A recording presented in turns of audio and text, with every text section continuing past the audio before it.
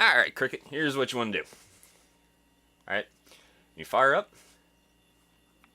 go into your menu here, go to My Games and Apps, and go to Microsoft Edge. That's just essentially Internet Explorer for the Xbox. Once you do that, go ahead and sign on to Twitch. Let's see.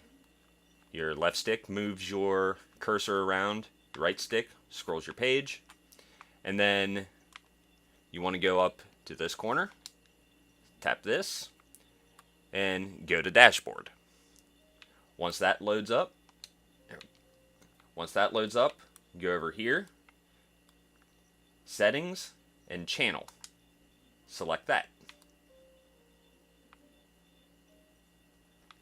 Now once you get all this stuff up, scroll down to where it says Stream Preferences, and make sure that Store Past Broadcast is selected. Once you do that, it should autosave, and you should have your videos ready to go.